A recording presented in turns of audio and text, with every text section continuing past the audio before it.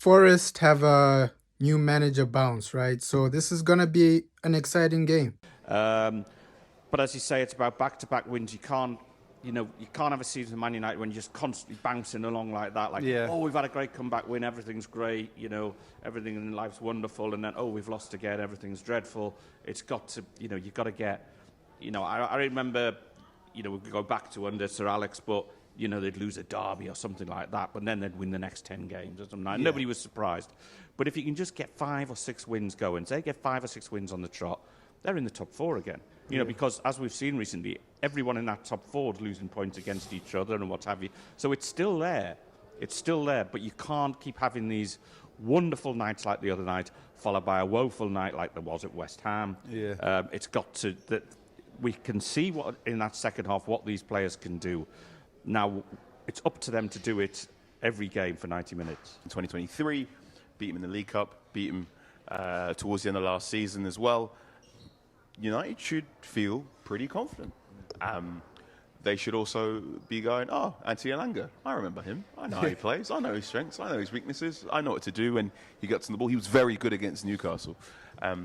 You are correct in talking about Nuno Espirito Santo and what he brings. He brings a team that is, depending on who you ask, they're either solid or they're a bit sour.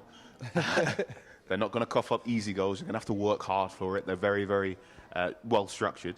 But this Manchester United team should be going in there as the favourites. If you're Rasmus Højlund, you should be going, right, I got 1 goal against Aston Villa, and let's get 2 or 3 now before this winter break comes in late January.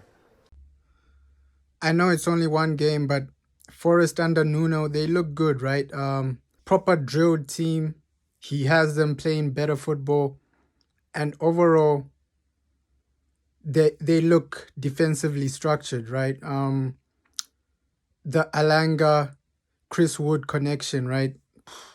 That shocked me, right? The passing between Alanga and Chris Wood, the connection between those two. And Alanga this season at Forest has just improved, right? At Manchester United, we didn't expect much from him, right? So he would get the ball, but then with no end product, he doesn't know what to do. But now he looks like a proper player, right?